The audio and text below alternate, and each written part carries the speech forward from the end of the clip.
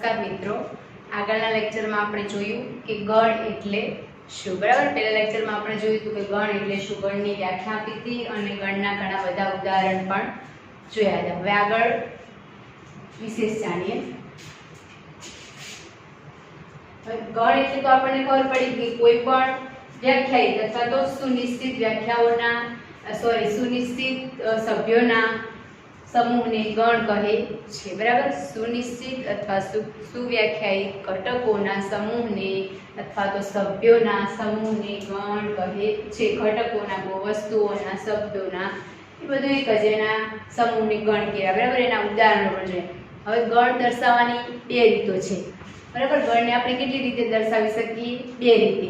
કઈ કઈ? એક તો યાદીની રીત અને બીજી છે ગુણધર્મની રીત. તો આપણે ચલો એ બંને રીતો જોઈએ.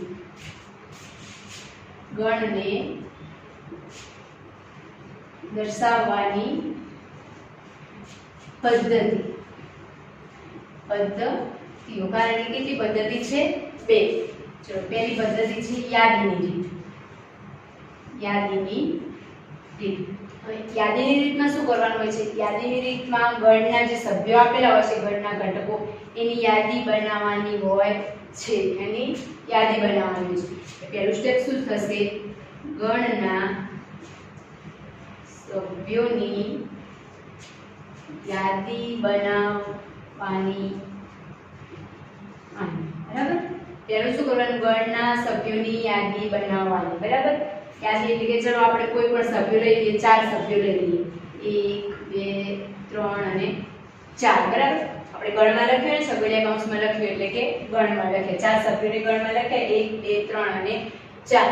તો મેં એવું કીધું કે કોઈ પણ ઘટકો લો તમે 4, 1 થી 4 ઘટકો 4 લીધા, એને આ ગણમાં દર્શાવ્યા. તો આને શું કર્યું કહેવાય? આપણે ગણની એક યાદી બનાવી, સભ્યોની શું કર્યું? એક યાદી બનાવી. બરાબર, તો ગણમાં પહેલી શું કરવાનું છે? યાદી બનાવવાની છે. બીજું શું કરવાનું કે ગણમાં હોય છે ને, જ્યાં યાદી બનાવી પછી યાદીની રીતમાં એના અંદર આવેલા સભ્યો છે ને, એનું ક્રમનું મહત્વ હોતું નથી. ક્રમનું મહત્વ એટલે કે ધારો કે તમે 1 થી 4 સભ્યોની યાદી બનાવી, એમાં પહેલા 1 લખો, પછી આમાં 2 લખ્યા છે, પછી 3, પછી 4 એમ લખ્યું છે. એમ તમે પહેલા 2 લખો, પછી 4, પછી 3, પછી 1 એમ આડાઅવળું લખો તો ચાલે, કશો ફરક પડે નહીં. યાદીની રીતમાં ગણના સભ્યોમાં ક્રમનું મહત્વ હોતું નથી. ક્રમ તમે આડાઅવળો લખો તો ચાલે, ગણ એકનું એક જ કહેવાય. બરાબર, એટલે બીજું શું થશે કે ગણના ઘટકોમાં ક્રમનું મહત્વ હોતું નથી.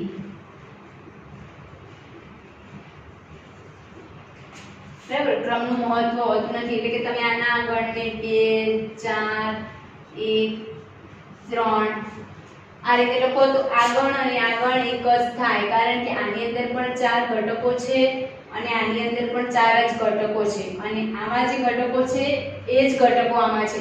ખાલી શું કર્યું છે? આડા આવડા લખ્યા છે. માટે યાદીની રીતમાં ગણના જે ઘટકો છે એમાં ક્રમનું મહત્વ હોતું નથી. તમે આડાઅવળું લખો તો ચાલે. પછી બીજું શું થશે? ગણના જે ઘટકો હોય છે એનું પુનરાવર્તન થવું ના જોઈએ. પુનરાવર્તન થવું જોઈએ નહીં. એટલે કે તમે કોઈ પણ એક ગણ લખો છો, એની અંદર એકનો એક ઘટક 2 વખત આવતો હોય તો એને 2 વખત લખવાનો નહીં, એક જ વખત લખવાનો. જો એકનો એક ઘટક ગણમાં 2 વખત આવતો હોય તો તેને 2 વખત લખવાનો નહીં, એક જ વખત લખવાનો. ધારો કે આ ગણમાં મેં એવું આગળ આપ્યો હોય અને આ ગણની અંદર અહીંયા બીજો કોઈ 2 કહી દીધો હોય. બરાબર, કે અહીંયા સાઈડમાં 2 લખું તો આ 2 બીજી વખત લખવાનો નહીં. એટલે કે ગણમાં ઘટકોનું પુનરાવર્તન થવું જોઈએ નહીં. બરાબર, આ પણ એક ખાસ યાદ રાખવા જેવી બાબત છે. ગણના ઘટકોનું પુનરાવર્તન થવું જોઈએ નહીં. બરાબર, આપણે ચલો ગણના ઘટકોનું પુનરાવર્તન થવું જોઈએ નહીં. કોઈ પણ ઉદાહરણ લઈ લઈએ. ઉદાહરણ લઈએ, ધારો કે સ્કૂલ શબ્દ લઈએ, સ્કૂલ શબ્દના મૂળાક્ષરોનો ગણ, બરાબર. સ્કૂલ શબ્દ આપણને આપેલો હોય એના મૂળાક્ષરોનો ગણ આપણને લખવાનો કીધો હોય તો શું થશે? ઉદાહરણ લઈએ કે સ્કૂલ, સ્કૂલ શબ્દના મૂળાક્ષરોનો ગણ, બરાબર. આ આપણને ઉદાહરણ કીધું કે સ્કૂલ શબ્દ લઈએ અને એના અંદરના જે મૂળાક્ષરો આપેલા છે એનો ગણ બનાવીએ. હવે સ્કૂલ શબ્દમાં કેટલા મૂળાક્ષરો આપેલા છે? ટોટલ 1 2 3 4 5 અને 6 છે, બરાબર. હવે કોઈ પણ શબ્દનો આપણને મૂળાક્ષરોનો ગણ કીધો હોય તો કઈ રીતે દર્શાવીશું? પહેલા તો આ ગણને કોઈ પણ નામ આપીએ. નામ શું આપીશું? કેપિટલ લેટર્સ, બરાબર. ધારો કે એ નામ આપી દઈએ આપણે, એ કેપિટલ આપીએ. પછી ગણને હંમેશા છગડીયા કૌંસમાં દર્શાવીશું. પછી જે સ્કૂલ શબ્દ આપેલો છે એના મૂળાક્ષરો એક એક કરીને લખીશું, બરાબર. એટલે કે પહેલા શું આપે છે? S. પછી આપણે બે ઘટકોને શેના વડે દર્શાવીએ છીએ? અલ્પવિરામ વચ્ચે મૂકીએ છીએ બે ઘટકો વચ્ચે. તો બે ઘટકો વચ્ચે આપણે હંમેશા અલ્પવિરામ મૂકીશું. એટલે કે અહીંયા દરેક ઘટક છે, દરેક ઘટકમાં અલ્પવિરામ મૂકવું પડશે, બરાબર. તો S C H પછી O પછી O અને L, બરાબર. સ્કૂલ શબ્દના મૂળાક્ષરોનો ગણ બનાવ્યો. પણ અહીંયા આપણને શું કીધું છે કે એના ઘટકોનું પુનરાવર્તન થવું જોઈએ નહીં. અહીંયા કયા ઘટક? અહીંયા જો S તો એક જ છે, આમાં C પણ એક જ છે, H પણ એક જ છે, પણ O કેટલી વખત આવે છે? 2 વખત આવે છે. તો આ O ને 2 વખત લખવાનું નહીં. O એક જ વખત લખવાનો. એની અંદર ઘટકો એકના એક ઘટકો 2 વખત લખવાના નહીં. એટલે કે ઘટકોનું પુનરાવર્તન થવું જોઈએ નહીં, બરાબર. હવે આપણને બીજો એક પ્રશ્ન થાય કે અહીંયા ગણને કેપિટલ અક્ષર વડે દર્શાવવાનું કીધું હતું અને ગણ અંદરના જે સભ્યો છે એને મેં સ્મોલ વડે લખવાનું કીધું હતું, બરાબર. કે ગણના સભ્યોને હંમેશા સ્મોલ વડે લખવા. તો અહીંયા કેમ કેપિટલ વડે લખ્યું? તો એ અહીંયા આપણને જે શબ્દ આપેલો છે એ સ્મોલમાં આપેલો હોય તો સ્મોલમાં લખવાનું, અને કેપિટલ અક્ષર આપેલા હોય તો જ્યારે આવો મૂળાક્ષરોનો ગણ કીધો હોય તો મૂળાક્ષરોને કેપિટલમાં લખો તો ચાલે. પણ બીજા કોઈ પણ ઉદાહરણ હોય, સંખ્યાઓને તો આપણે સંખ્યા દર્શાવીએ, પણ બીજા કોઈ પણ અક્ષર હોય અને એના વડે આપણે દર્શાવીએ તો સ્મોલ વડે દર્શાવવાનું. પણ જ્યારે કોઈ પણ શબ્દ આપી દીધો હોય, એ શબ્દ કેપિટલ આપેલો હોય અને એના મૂળાક્ષરોનો ગણ બનાવવાનું કીધો હોય તો એના સભ્યોને તમે સ્મોલ નહીં લખવાના. કેપિટલ આપેલા હોય તો કેપિટલ જ લખવાના તો ચાલે. બાકી જો ના આપેલા હોય કશું જ, અથવા તો બીજું કોઈ પણ ઉદાહરણ લેવાનું હોય તો એના ઘટકો કેવા થશે? સ્મોલ થશે, બરાબર. તો પહેલા યાદીની રીતમાં શું કરવાનું? પહેલા તો શું કરવાના? ગણના બધા જ ઘટકો હોય એની યાદી બનાવવાની. પછી એની અંદર બીજું શું થશે? એમાં ક્રમનું મહત્વ હોતું નથી. ગમે તેમ આડા અવળું લખો તો ચાલે. પછી બીજું શું છે? ગણના ઘટકોનું પુનરાવર્તન થવું જોઈએ નહીં. એટલે કે એકના એક ઘટકો 2 વખત આવવા જોઈએ નહીં. અહીંયા ધારો કે આપણને બીજું ઉદાહરણ ચલો જોઈ લઈએ. ધારો કે આ ઉદાહરણ આપણે આ ગણ આપેલું હોય 1 2 3 4 4 2 1. આવું આપણને ઉદાહરણ આપ્યું છે, બરાબર. આપણને આ યાદીની રીતે લખવાનું કે ને, આ ઉદાહરણ એવું કે આ ઉદાહરણ આપ્યું છે યાદીની રીતે લખો. તો યાદીની રીતમાં શું લખશો? 1 2 3 અને 4. આટલો જ ગણ લખવાનો. કારણ કે અહીંયા શું છે? એક પણ ડબલ વખત છે, 2 પણ આવી ગયો અને 4 પણ આવી ગયો. એટલે શું કરવાનું? ઘટકોનું પુનરાવર્તન થવું જોઈએ નહીં. માટે એકનું એક ઘટક 2 વખત આવે તો એ 2 વખત લખવાનો નહીં, બરાબર. ચાલો આગળ જોઈએ.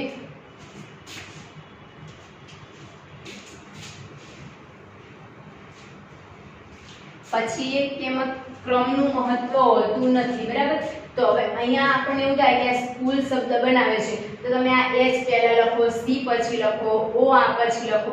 આડાવડું લખશો તો કોઈ કશો જ ફરક પડશે નહીં, કારણ કે એમાં ક્રમનું મહત્વ હોતું નથી. યાદીની રીત ખબર પડી ગઈ. હવે જોઈએ ગુણધર્મની રીત, બરાબર. બીજી રીત છે ગુણધર્મની રીત. ગુણધર્મની રીત આ રીતમાં શું હશે? આ રીતમાં જે ગણમાં આપેલા સભ્યો છે ને, ગણના બધા જ ઘટકો કોઈ ચોક્કસ પ્રકારનો ગુણધર્મ ધરાવતા હશે અને એક ઘટક નહીં પણ દરેકે દરેક ઘટક ધરાવતા હશે અને કોઈ ચોક્કસ ગુણધર્મ ધરાવતા હશે કે આ બધા ઘટકો આવા જ છે અથવા આ જ છે. આપણે એવું ફિક્સ કહી શકીશું કે આ બધા ઘટકો કોઈ ગુણધર્મ હશે, એની અંદર કોઈ ખાસિયત હશે કે આ ઘટકો આવા જ છે અથવા આ જ છે. બરાબર? એટલે કે ગણના બધા જ ઘટકો કોઈ ચોક્કસ ગુણધર્મ ધરાવતા હશે અને જો કોઈ ઘટક આ ગુણધર્મ ધરાવે નહીં, કે જો કોઈ ઘટક આપેલું હોય એ આ ગુણધર્મ ધરાવતો ના હોય તો તે આ ગણમાં હોઈ શકે નહીં. માટે લખવાનું કે જો કોઈ ઘટક આ ગુણધર્મ ધરાવે નહીં,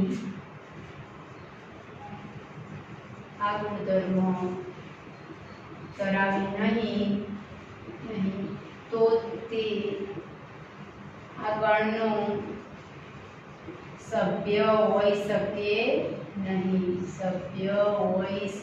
નહીં અથવા સભ્ય ન હોઈ શકે. બરાબર? જો કોઈ ઘટક આ ગુણધર્મ ના ધરાવતો હોય એટલે કે ચોક્કસ ગુણધર્મ આપેલો હોય, ગુણધર્મ ધરાવતો ના હોય તો તે આ ગણનો સભ્ય હોઈ શકે નહીં, સભ્ય ના હોય. બરાબર? ચલો આપણે કોઈ ઉદાહરણ લઈએ. બરાબર? કે પહેલા તો આપણે દર્શાવીશું કહી દીધું કે આ કેપિટલ તો લઈ દેવાનું, પછી છગડીયો કૌંસ તો લઈ દેવાનું ગુણધર્મ રીતનું. પણ ગુણધર્મની રીતમાં ચાલો કે કોઈ પણ સંખ્યા હોય એનો સમૂહ બનાવો છે, બધી સંખ્યાને આપણે શું કહીશું? x કહીશું. પછી શું દર્શાવીશું? બે ટપકાને શું કહીશું? કોલમ. એને શું વંચાશે? કે જ્યાં x કે જ્યાં x એ શું લઈશું? 5 થી નાની પ્રાકૃતિક સંખ્યા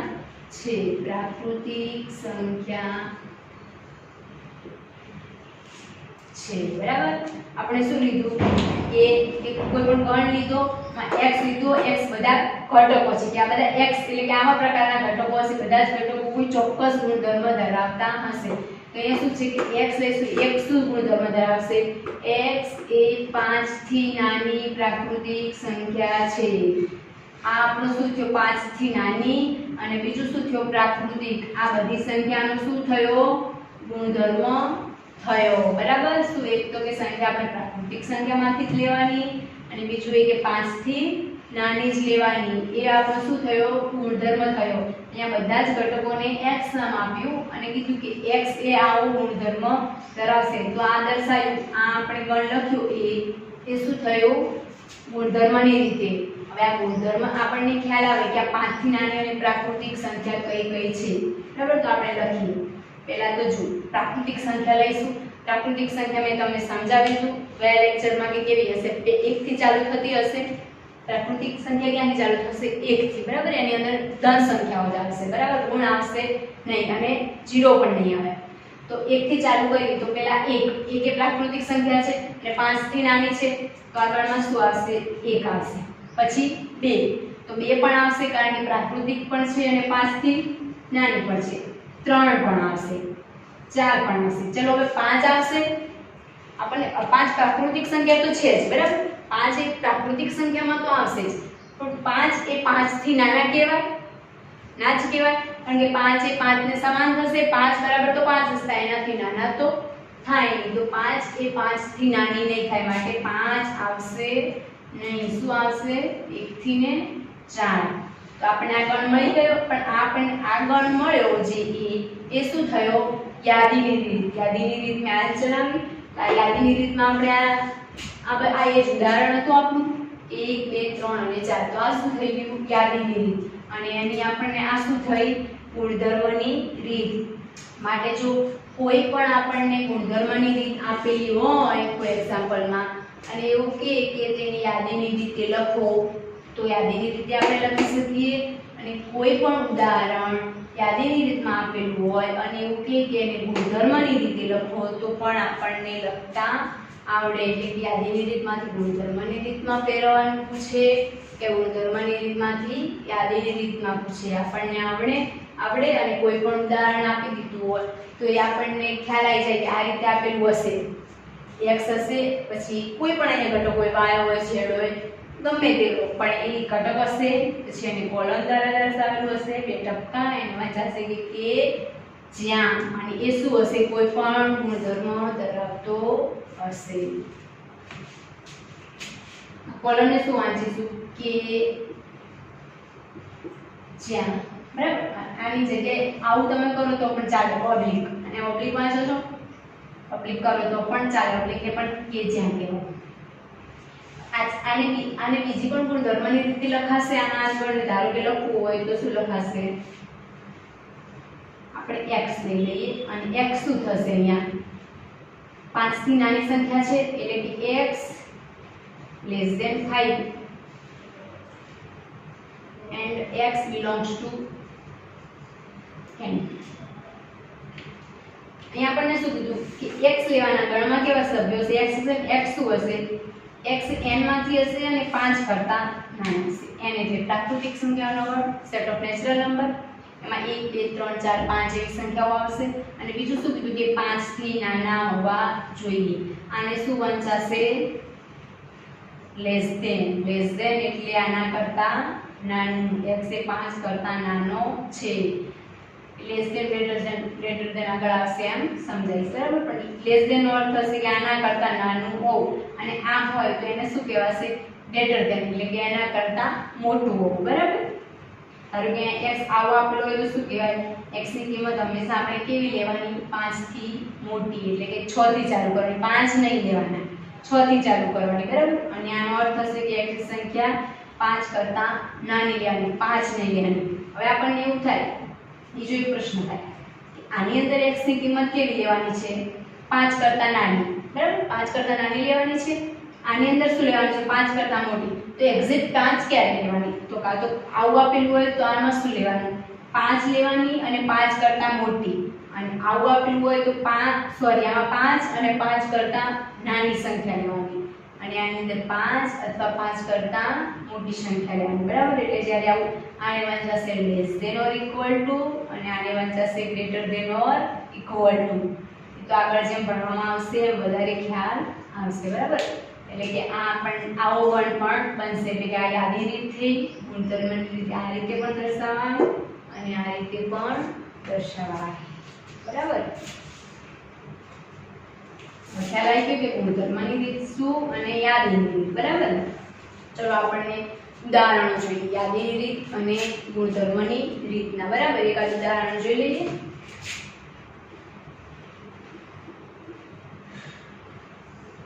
આપણને કોઈ પણ રીત આપેલી હોય અને એવું કીધું હોય કે એને યાદીની રીતે લખો, બરાબર. ગુણધર્મની રીતે કોઈ પણ ગણ આપી દીધો. ચલો કે આપણે અહીંયા ગણ b લઈ લઈએ. ગણ b લીધો, શું લઈશું, x. ઓબ્લિક કરશો તો ચાલશે, બે ટપકા મૂકશો તો પણ ચાલશે. અને x શું થશે, ધારો કે x² -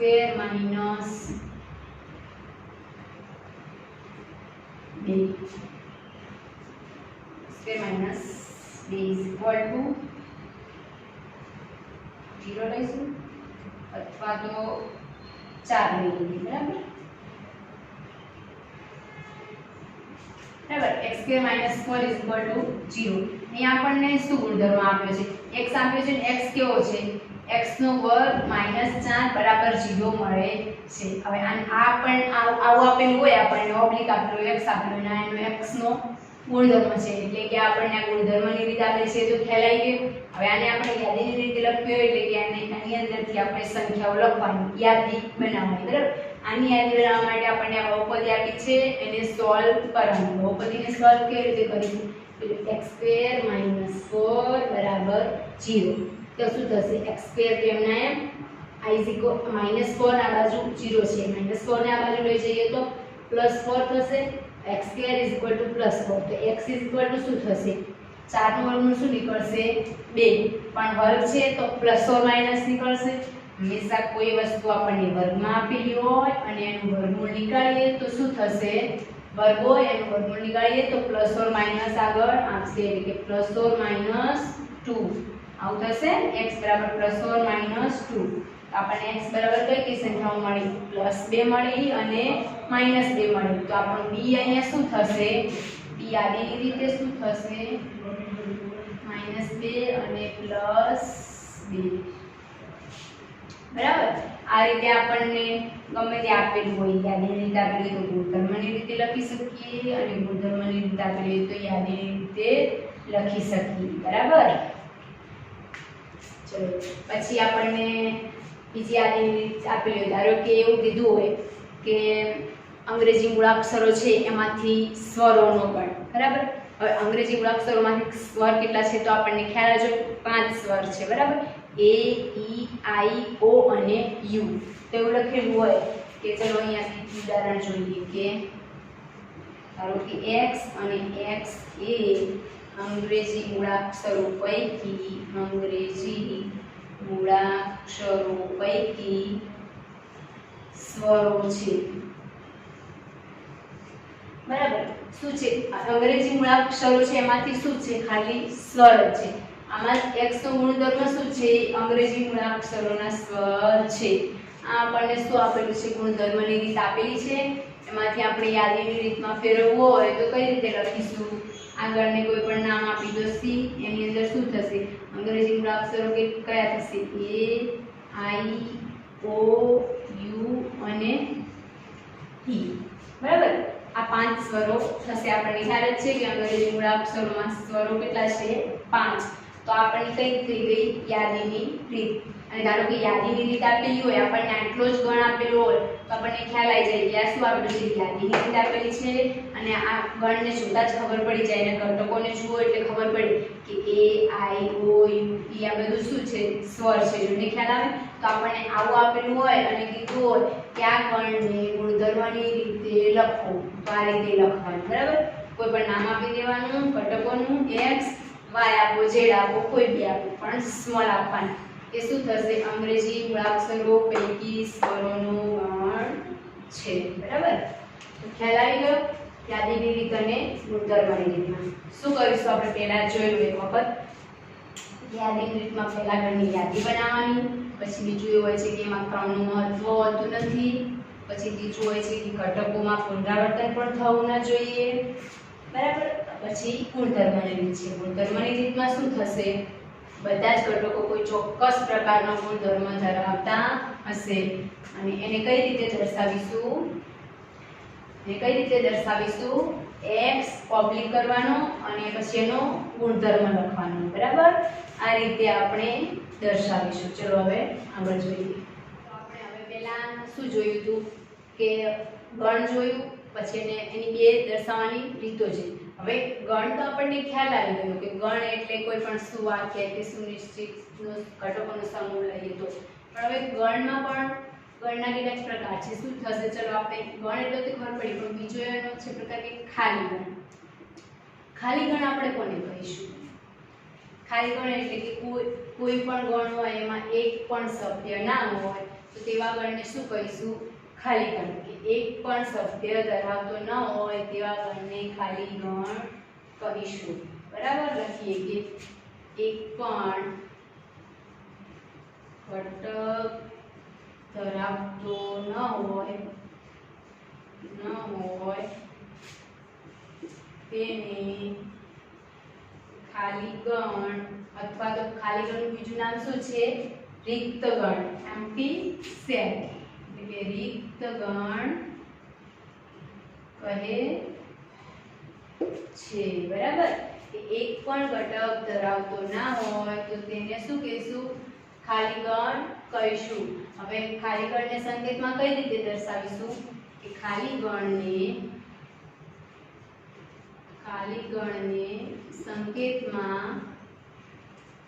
સંકેતમાં 5 અને શું વાંચીશું 5 વડે દર્શાવાય ખાલી ગણને સંકેતમાં 5 વડે દર્શાવાય છે અથવા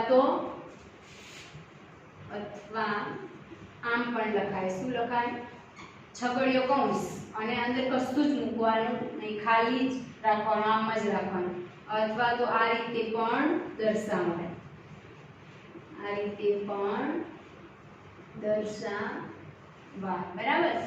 પણ જો તમે ધારો કે આમ લખ્યું કે આ ખાલી ગણ છે, ચલો, અને ખાલી ગણને ચલો આની અંદર આવું લખી દીધું, તો આ ગણ ખાલી ગણ નહીં થાય. એક ગણ ખાલી ગણ નહીં થાય, કારણ કે આ એક ગણ છે, પછી છગડીયો કૌંસ દર્શાવી એ શેની નિશાની છે? ખાલી ગણની. તો એક ગણ છે અને એની અંદર આ ફાઈ લીધું, એ શું થઈ જશે? એનો ઘટક થઈ જશે, સભ્ય. તો આ ગણની અંદર તો એક સભ્ય આવી ગયો. આ ગણ છે એની અંદર બોલે ફાઈ એ આની દર્શાવવાનો સંકેત છે, એ બરાબર, પણ ફાઈ ઘટક તરીકે પણ ઓળખાય. બરાબર. આ ગણનો એક ઘટક, કારણ કે ઘટકને આપણે ગમે તે લઈ શકીશું, એવું જરૂરી નથી કે ઘટકને આપણે આ ચિહ્ન ના આપી શકીએ, ઘટકને કોઈ પણ ચિહ્ન આપી. આની અંદર ચલો ધારો કે આ ફાઈ લીધું, તો ફાઈ શું થઈ જશે? એનો ઘટક થઈ જશે. એટલે આ ગણમાં એક ઘટક આવી ગયો ફાઈ, માટે આ ગણ ખાલી ના કહેવાય. માટે આ રીતે ક્યારે નહીં દર્શાવવાનું, કાં તો આટલું આ ખાલી ગણ થશે અથવા તો આમ દર્શાવવાનું. બરાબર. આ ગણમાં તો એક સભ્ય આવી ગયું, આપણે ખાલી ગણની વ્યાખ્યા શું હતી? એક પણ ઘટક ધરાવતો ન હોય તેને ખાલી ગણ અથવા તો રિક્ત ગણ કહે છે. માટે એક પણ સભ્ય ના હોય તો એને ખાલી ગણ કહેવાય. ચાલો ધારો કે આ ક્લાસરૂમ છે, એની અંદર કોઈ જ સભ્ય હોય નહીં, એક પણ સભ્ય હોય તો પણ એક ગણ તો થાય, પણ કેવો થાય? ખાલી ગણ, કારણ કે એની અંદર કશું છે જ નહીં. પછી કોઈ પણ વસ્તુનું આપણે બોક્સ લઈએ, એની અંદરથી વસ્તુ હોય કાઢી દઈએ, તો બોક્સ હોય એ પણ એક ગણ થશે, પણ કેવો થશે? ખાલી ગણ. બરાબર. પછી કોઈ મકાન લઈએ, એની અંદર કોઈ જ રહેતું ના હોય તો એને શું કહેવાશે? ગણ તો કહેવાશે, પણ કેવો ગણ થશે? ખાલી ગણ, કારણ કે એની અંદર એક પણ સભ્ય હોય નહીં. ધારો કે એની અંદર કોઈ માણસો રહેતા હોય, અમુક માણસો 5, 6, 7, તો પણ એ ગણ બનશે, પણ એ શું બનશે? ખાલી ગણ બનશે. અને ખાલી ગણ નહીં કહેવાય, કારણ કે એની અંદર સભ્યો હશે, પણ એક પણ સભ્ય આવેલો ના હોય તેવા ગણને ખાલી ગણ કહે છે. પછી મેં આ કીધું કે આને ખાલી ગણ નહીં કહેવાય, તો આને કેવો ગણ કહેવાશે? એકાકી ગણ. હવે એકાકી ગણ એટલે શું? જે ગણમાં માત્ર એક જ ઘટક આપેલો હોય, જે ગણમાં માત્ર એક જ ઘટક આવેલો હોય તેને એકાકી ગણ કહે છે. એક્ઝેક્ટ એક જ ઘટક હોવો જોઈએ, કરતા વધારે નહીં અને ઓછો પણ નહીં. માટે એકાકી ગણ શું થશે?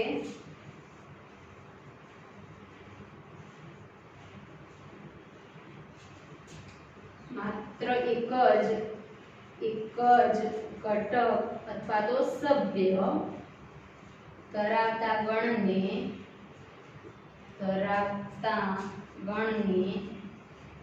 એકાકી ગણ કહે છે. એકાકી ગણ કહે છે. બરાબર. માત્ર એક જ ઘટક ધરાવતા ગણને એકાકી ગણ કહે છે. બરાબર. કે ધારો કે આ હમણાં દર્શાવ્યું હતું કે આ ગણ હોય અને એની અંદર આપણને કોઈ ફાઈ આપેલો હોય તો આને શું કરીશું? એકાકી ગણ. પછી ધારો કે એક રૂમ હોય અને એની અંદર એક જ વ્યક્તિ હોય તો એ ગણને શું કહીશું? એકાકી ગણ. એટલે કે જેની અંદર એક જ સભ્ય આવેલો હોય તેવા ગણને એકાકી ગણ કહે છે. અને એક પણ ગણ આવેલો ન હોય તેવા ગણને શું કહેવાય છે? ખાલી ગણ. હજી બીજા પણ આવશે, શાંત ગણ, અનંત ગણ, સમાન ગણ, પણ હવે આપણે પછી રાખીશું શાંત ગણથી. બરાબર. આટલો ખ્યાલ આવ્યો કે ગણને કઈ રીતે દર્શાવીશું? બે રીતે, યાદીની રીત અને ગુણધર્મની રીત, અને બીજું કે ખાલી ગણ અને એકાકી ગણ. બરાબર. આટલું તૈયાર કરી